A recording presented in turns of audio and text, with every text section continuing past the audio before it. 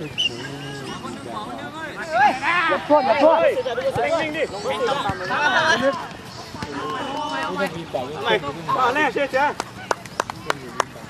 แต่เสื้ออ๋อพะเยาเสื้อเขียวนี่พะเยาเดี๋ยวพะเยาเจ2 ทีมก็พะเยาส่ง2 ทีมมั้งเนาะนี่พะเยาเพราะว่าตอนนั้นผู้ไปแข่งวีแบกอ่ะแข่งพวกนี้ก็ไปนะพะเยา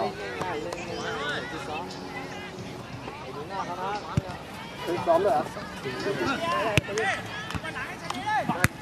เล่นง่ายนะเล่นง่ายนะล้างไม่อยู่เบอร์10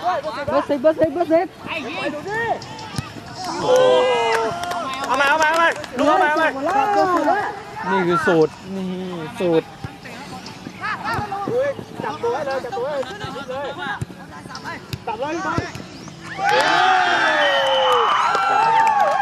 เจ๊ง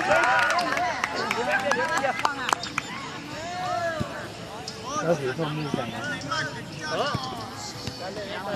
สีส้มนี่ด้วยนะบุญเหรอบุญนี่อยู่ที่ไหนเป็นจะดูเล่นเลยที่โลกอ่ะเล่นไว้พออย่าอาจุวะทำพอแล้วทีเดียวเหรียญนอคุณพร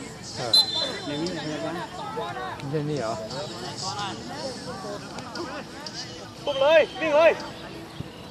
เฮ้ยเบอร์ 9ล้างดูจับตัวไว้เลยเต็มตัวยืนเร็วกูไม่ได้เชื่อมาเหมือนพวกมึงดิเดี๋ยวหมูก็เป็นประตูใส่ประตูเลย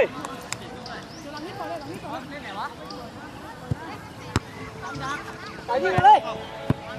ลูกตั้งไว้ก่อนแล้วคนข้างทีหลังชิงนี่ทุกคนตัวอะไรเยอะจังวะ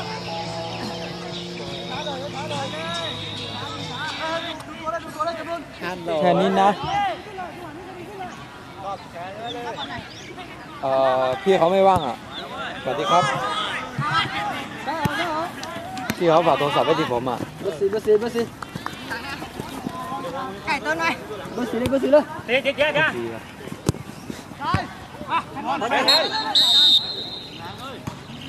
งเร็วเล่นจับเลยยิงที่จิตเยียมองเนี่ยมองบอลไม่มองประตูเลยดูตัวดูคนค่อยใจนะ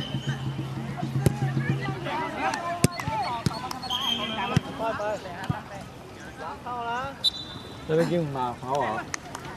มาพวกนี้เหรอมึงเดินไปเยี่ยมมึงเดินไปเยี่ยมเนี่ยมึงว่าพวกมึงมาเลยกัน